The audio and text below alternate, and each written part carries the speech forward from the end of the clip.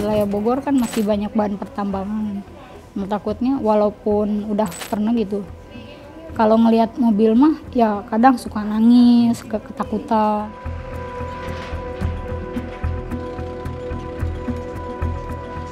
Iya rusak. Tahu sendiri lintas ini makan. Jalannya berlobang nggak karu-karuan. Sehingga kami berpikir bagaimana masalah ini harus kita hindari agar tidak menjadi korban daripada truk-truk tambang atau tronton yang bermuatan berlebih.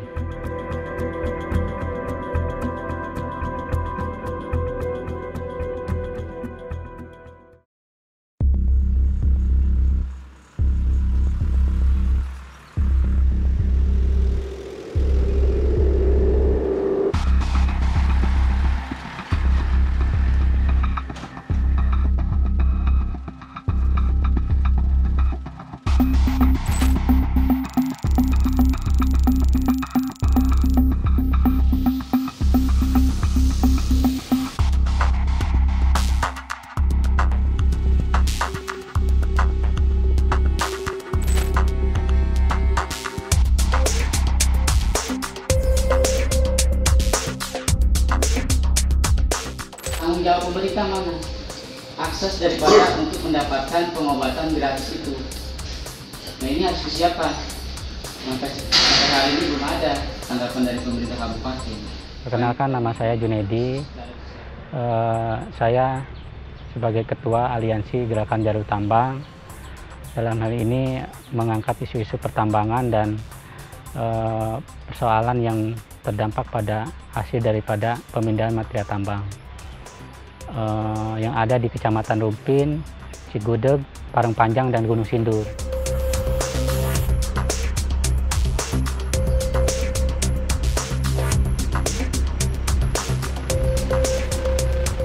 Pertambangan di Rumpin maupun di Cigudeg itu beroperasi tahun 80-an. Nah, artinya kondisi daripada jalur sendiri kan yang dilewati oleh truk tambang itu kan kondisinya rusak parah dan tidak layak untuk dilewati. Artinya kerusakan daripada infrastruktur jalan yang ada di Rumpin, di Parengpanjang, di Cigudeg maupun di Gunung Sindur itu tidak terlepas daripada usaha daripada pertambangan. Artinya kenapa kemudian bisa rusak parah?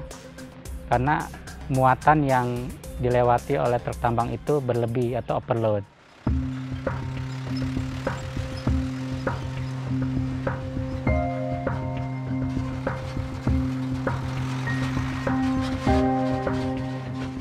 Jalan-jalan yang hari ini dilewati, di ruas jalan yang hari ini dilewati oleh truk tambang adalah kelas 3, bukan jalan-jalan provinsi.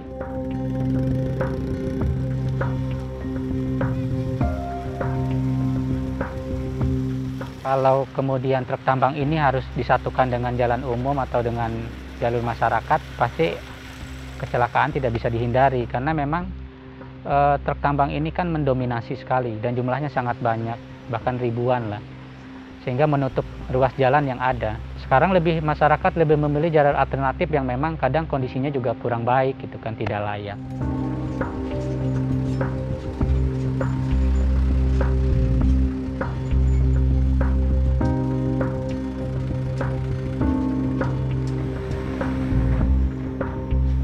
Selain daripada kerusakan infrastruktur, yang ditimbulkan dari rusaknya jalan juga berdebu atau polusi udara yang ditimbulkan dari material-material tambang yang dibawa oleh truk tambang.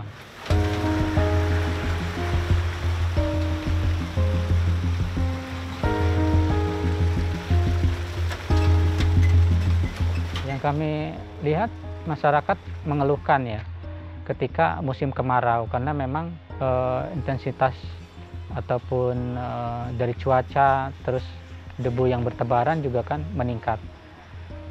Karena utamanya masyarakat di pinggiran jalan yang terlewati oleh truk tambang itu pasti mereka mengeluhkan utamanya sakit ya.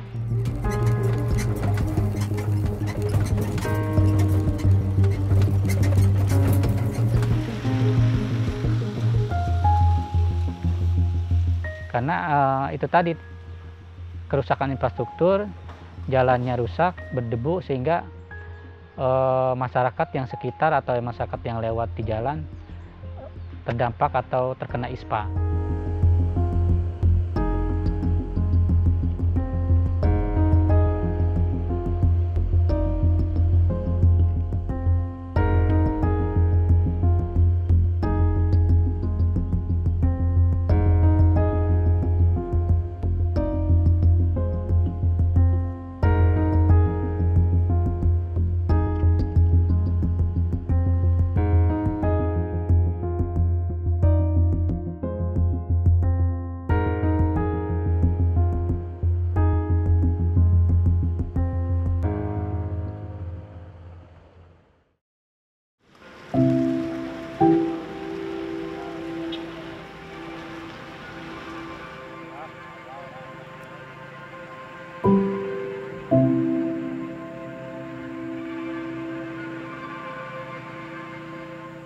Kalau kita tabrakan udah nggak aneh, apa aja kita hantem aja, bodo amat gitu. Daripada nyawa orang mati nyawa kita. Berhubung orang yang bawahnya udah ketakutan, ya akhirnya ya dibuang lah sama dia gitu. Ya akhirnya begini.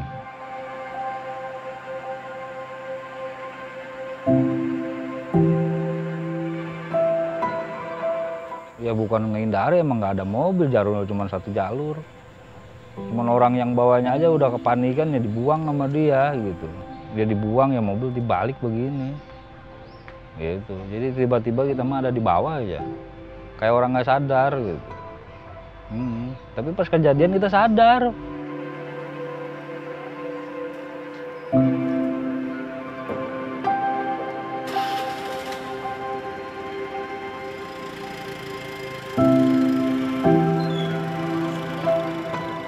Ya paling waktu awal dari rumah sakit ya sempat stres juga gitu.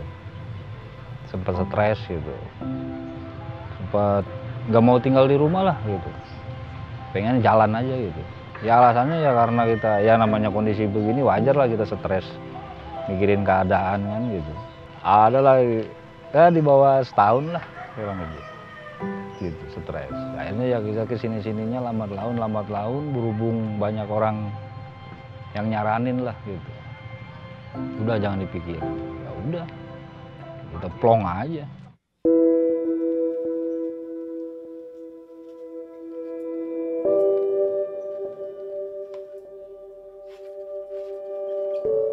Kan kita suka bikin tuh kalau lagi iseng, kadang kalau lagi jenuh tuh kita bikin mobilan gitu, pakai kayu gitu, mobilan kayu, suka bikin gitu sendiri. Nah, kalau ada kayu-kayu gitu, tolong ambilin gitu. Baru kita potong, kita modif kan gitu, bikin aja tronton gitu, mobil tronton gitu. Pengen ngetes itu tangan sebelah, akhirnya ya alhamdulillah ya hasilnya ada.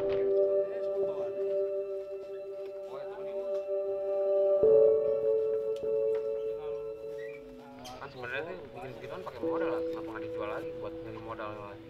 Enggak. Enggak, kita nggak punya pikiran ke situ aja intinya. Gitu. Banyak yang mau, cuma sama kita enggak gitu. Kita kalau ada yang minta kita kasih sih. Gitu. Intinya kemana ya ngejual gitu gimana gitu. Ya intinya sekarang mah ya pengennya ya intinya pengen ibadah aja lah gitu.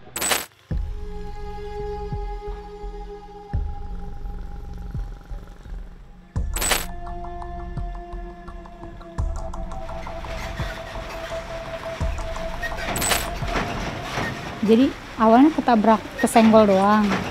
Cuman karena si supir tahu nggak denger tahu apa, cuman dia alasannya aturan nginjek rem malah keinjek gas katanya. Akhirnya jadi bablas. Temen loncat karena dia tahu ngelihat kaca spion, kayak ngelihat kaca spion gitu kan. Kalau mobil mau maju lagi, akhirnya dia loncat. Depi masuk ke dalam sama motor bablas ke sebelah kanan, Depi ke bawah mobil. Warga pun nggak langsung begitu nolongin karena dia mungkin ketakutan, takut disalahin atau apa. Akhirnya Depi si supir kabur, mobil pun masih ada di badan Depi gitu, masih nabrak badan Depi. Akhirnya sama warga diawasin dulu, baru setelah itu dia katanya nunggu datang polisi dulu katanya. Taunya kelamaan, akhirnya ada ini warga setempat yang kenal sama bapak, ini mah anak teman saya gitu. Kalau gak ada dia ya nunggu polisi udah nggak ada kali, saking kelamaannya. Akhirnya sama dia tolongin dibawa ke itu dulu puskesmas. Kira-kira berapa lama lagi tuh kondisi badan bisa duduk? Gak tahu. Coba tanya ke dokter. Ya nanti besok lah ditanya sama dokternya. Ya mungkin ini juga udah takdir. Oh iya, lo mungkin lagi ngasih cobaan sama Depi. Balasan juga karena waktu itu Depi emang agak bandel gitu anaknya, suka ngelawan juga. Ya mungkin ini teguran, nggak apa-apa lah. Coba aja, jalanin aja, sabar, ikhlas, kuat.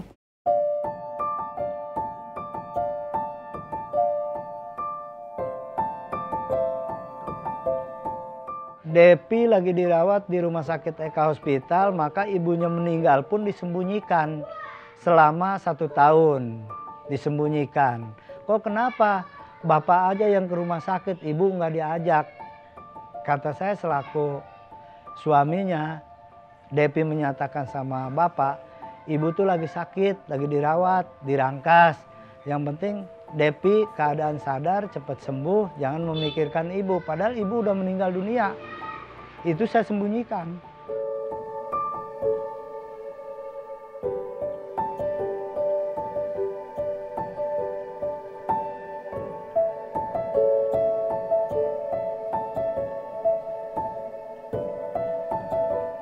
Ibu meninggal karena ngedrop.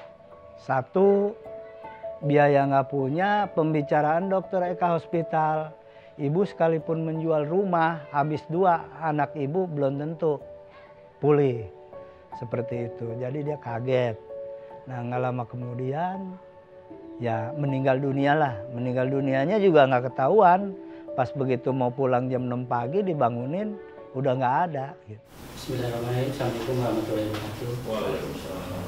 Terima kasih kepada Bapak Sekdes sudah menyempatkan waktu. Dalam hal ini kita mau memberikan satu laporan Pak Sekdes mengenai langkah-langkah maupun pendampingan kita terhadap upaya perjuangan dari kerusakan infrastruktur yang pernah kita lakukan.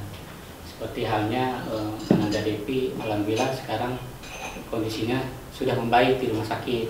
Ya, yang kami catat sudah ada 21 korban jiwa di 3 kecamatan. Utama yang meninggal itu tahun 2020 sampai 2021. Sebelum adanya surat keputusan bersama atau aturan pembatasan itu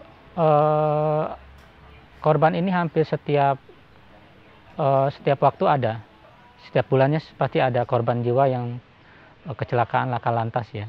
Tapi alhamdulillah ketika adanya surat keputusan bersama di Gunung Sindur, di Parung Panjang, terus termasuk sekarang yang surat Pergub Bupati nomor 120 tahun 2021 itu menurunkan angka kecelakaan di jalan. Tapi tidak juga menjadi satu solusi yang jitu dari pemerintah Kabupaten Bogor, tampaknya adalah adanya pelaksanaan atau pengawasan di lapangan.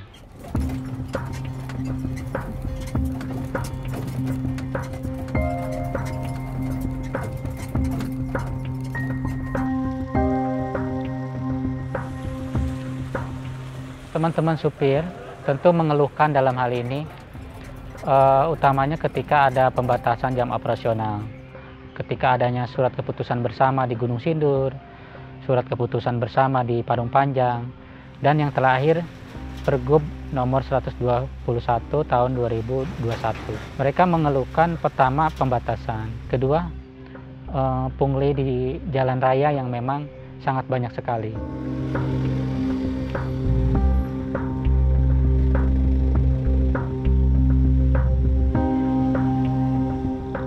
Mereka tidak sama sekali, oknum-oknum ini menginginkan jalur-jalur tertentu, karena secara otomatis itu akan menjadi satu buat kebutuhan mereka tidak terpenuhi.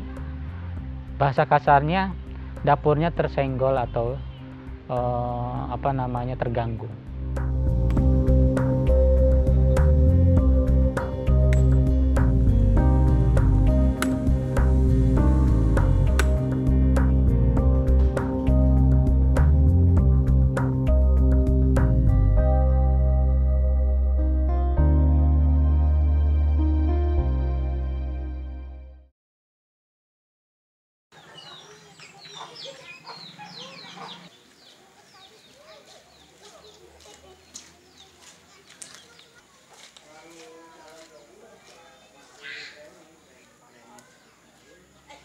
Alhamdulillahnya Depi dari awal dibantu sama gerakan organisasi aliansi, semangat, dia nggak fatal, bahkan nggak ada yang namanya putus asa. Apalagi didoktrin sama pihak rumah sakit, dokter, Depi semangat, kalau mau pulih siap.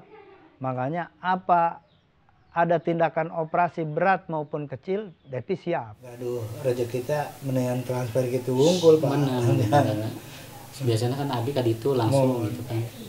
Kalau memang nggak ada pertolongan satu gerakan mahasiswa, dua organisasi aliansi, ketiga dari LSM, mungkin Depi ya udah gimana lah. Nah, saya banyak terima kasih kepada organisasi aliansi sudah mau menolong atau mau memperhatikan keluarga saya. Karena saya itu orang nggak mampu karena nggak usaha, gitu aja.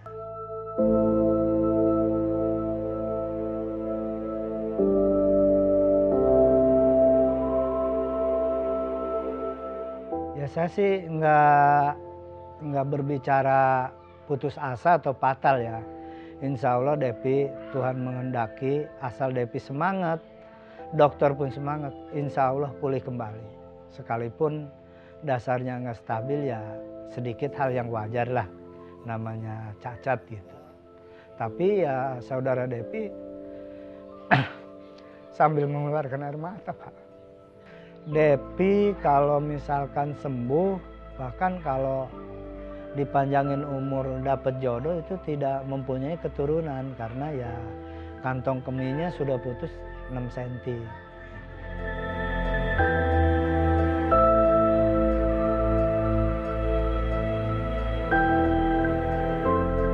Sekarang kalau lagi sendiri ya nangis, keinget sama ibu, keinget waktu pas masih ada ibu.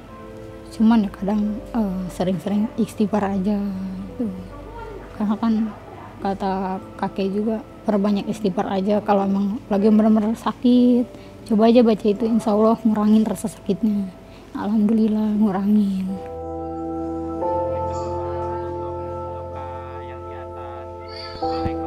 Mungkin kedepannya Allah bakal ngasih hadiah atau apa, kamu kan nggak tahu. Nah dari situ sama kakek juga diituin terus inget aja sama Allah. Terus kan suka main HP itu ngedenger ustadz yang ceramah gitu. Di situ ya, oh iya harus gini. Insya Allah kita sabarin aja, ngikutin aja. Umur mah nggak ada yang tahu, terserah Allah mau dikasih umur panjang, alhamdulillah, nggak apa-apa. Yang penting Depi udah usaha, udah berusaha sekuat Depi. Evaluasi di kesempatan kali ini, terima kasih Kang Doy sudah hadir sebagai Ketua Karang Taruna, Bapak RT, terima kasih sudah hadir juga, dan teman-teman yang hari ini sudah mau datang gitu kan.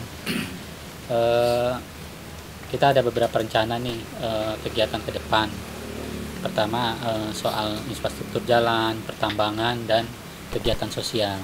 Kebetulan kami juga mengadvokasi Depi ya, ketua juga mengetahui secara bersama. Salah satunya juga teman-teman dari Karang Taruna juga masuk ke donasi peduli Depi kemarin itu. Semua masyarakat menginginkan adanya jalur khusus tambang karena ini satu solusi yang jangka panjang untuk semua pihak lah ya, utama dari usaha tambang itu sendiri, dari sisi masyarakat, sehingga masalah ini bisa selesai ataupun minimalisir kecelakaan dan menjawab dari masalah-masalah yang ada yang sekarang kita hadapi bersama.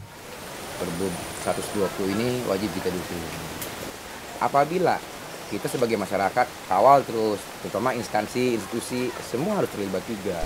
Karena bagaimanapun pengguna armada ini lumayan banyak juga. Meskipun ada Pergub nomor 121 tahun 2021, itu tidak maksimal penerapannya. Artinya petugas masih belum siap melaksanakan implementasi atau menyelenggarakan pergub tersebut, sehingga banyak truk tambang yang melanggar pelaturan, sehingga masih ada masyarakat yang harus berjibaku dengan truk tambang.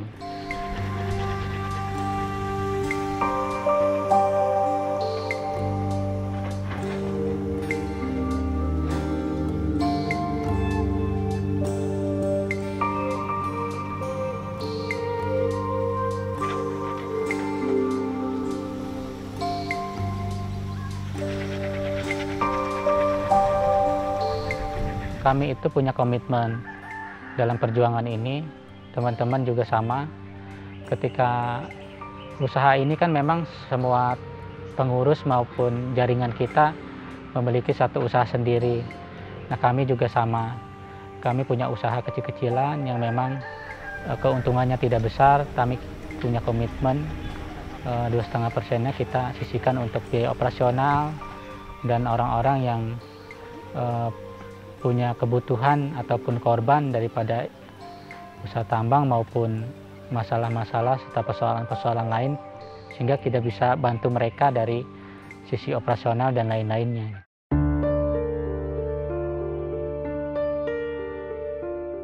Pengen bisa sembuh, cepat sembuh. Mungkin ya nggak apa-apa, nggak bisa jalan dulu, asalkan ya bisa duduk dulu biar nggak tiduran terus. Karena kan udah 1,5 tahun, mau 2 tahun tiduran terus kan.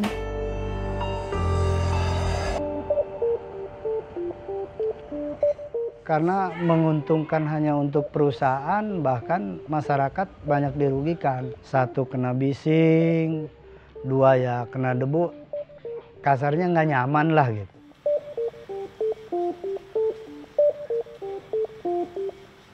Kami tidak menolak tambang, karena kehidupan ini juga kita tidak lepas dari kebutuhan tambang. Kami pengen ada infrastruktur yang baik di Kabupaten Bogor ini.